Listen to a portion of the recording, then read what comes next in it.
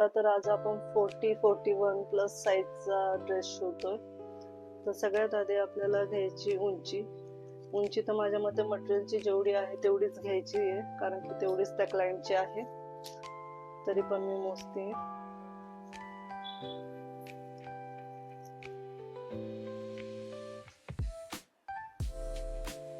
तर 43 उंची आहे. क्लायंटची आपल्या 42 आहे, म्हणजे आपल्याला कटिंग करायची गरज नाहीये उंची, कारण की मार्जिन मध्ये आपलं 1-1.5 इंच जातच. तर ठीक आहे, आपल्याला 40 प्लस आहे, म्हणजे आपल्याला 11ची घडी हवी, कारण की 1.5 इंच आपण जास्त घेतो त्यासाठी. तर सगळ्यात आधी आपण घडी टाकून घेऊया ड्रेसची.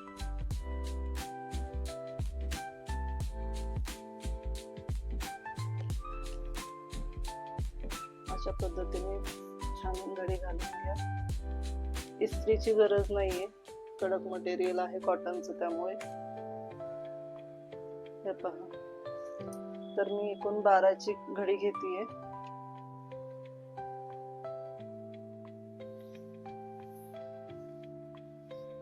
ठीक आहे, 12ची घडी घेतलेली आहे.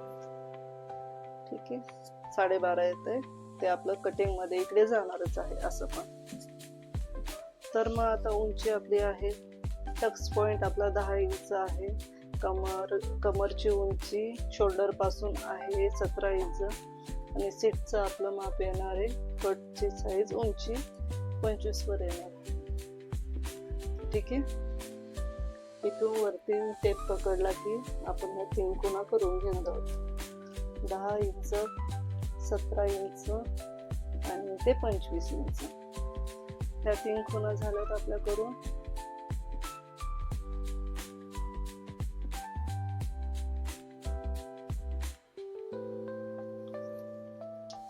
आणि शोल्डर आपला आहे, शोल्डरला थोडासा ओपन गळा आहे 6चा, म्हणजे एकूण आपण 6चा शोल्डर घेऊयात, बंद गळा नाही.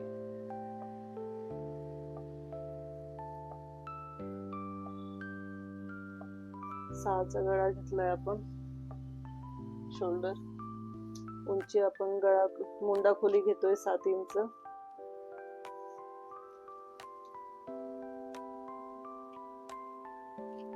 अशा पद्धतीने 7 इंच घेतलंय. नंतर 1 इंच आपण थोडासा गोल शेप देऊन घेऊया. आता टाकतोय आपण इथली माप. चेस्ट आहे आपली 40 इंच. 40 म्हणजे 10ची घडी येणार आणि प्लस 1.5 इंच. ठीक आहे, 1.5 इंच. 34ची आपली कंबर आहे, 17 इंच निम्मे येणार. 8.5 इंच, त्याच्यानंतर 8.5 इंच आपण इथे घेतलेत. त्याच्यानंतर 2 इंच घेऊयात कमरेत, कारण की आपल्याला टक्स पण द्यायचे, त्यामुळे. सीट आपला आहे 50 इंचाचं. सीट 50 म्हटलं, सीटचे 50चे निम्मे झाले आपले 25, आणि 25चे निम्मे किती होत आहेत सांगा बरं तुम्ही? 12.5. 12.5 प्लस 1 इंच. इथे जास्त मार्जिन ठेवायचं नाहीये. आणि हे गोल शेप मध्ये आपण असं जुळवून घ्यायचंय छान. असं झाल्यानंतर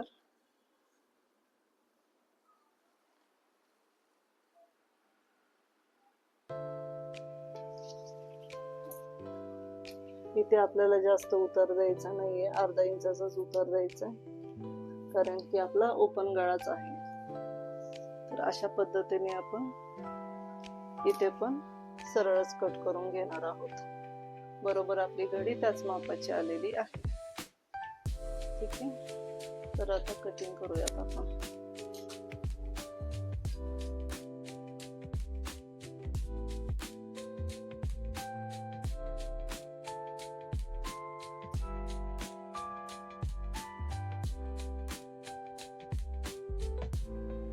तर अशा पद्धतीने आपलं फ्रंटचं कटिंग झालंय. फ्रंटचं म्हणण्यापेक्षा ड्रेसचं कटिंग झालं. गळ्याला आपलं 3 इंच घ्यायचं ब्रॉडनेस याचा. पुढचा गळा आहे आपला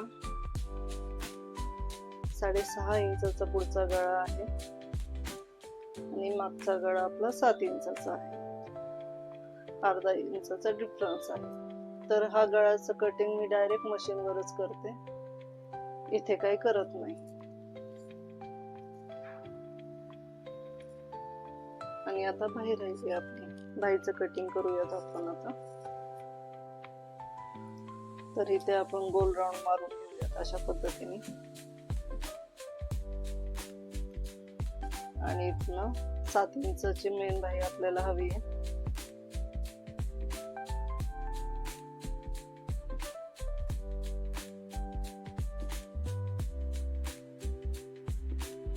आठ इंचावर मी इथं मार्किंग केले. इकडच्या बाजूला 6.5 इंचावर. इकडे हळूहळू कमी होत जाईल आपलं कटिंग.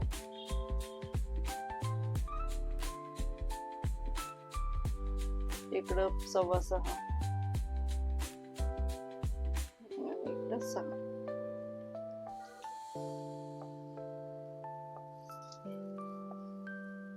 तर अशा पद्धतीने आपण हा गोल राऊंड कंप्लीट करून घेऊया.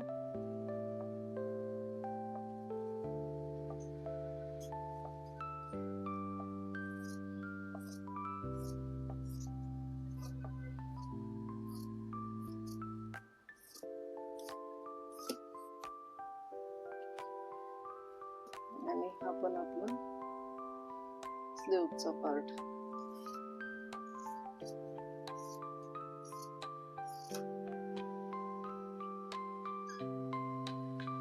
वाटलंच तुम्हाला मोंढ्याला जर आकार हा छोटा वाटत असेल तुमच्या मोंढ्यानुसार, तर इथून आपण थोडासा शेप असा वाढवू शकतो, काही प्रॉब्लेम होत नाही.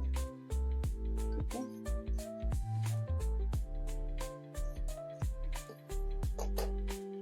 चला, ही आपली स्लीव्ज अशी तयार आहे. अशा पद्धतीने बघू शकता तुम्ही, हा गोल राऊंड आपला झालाय बरोबर असा ए लाईन सारखं.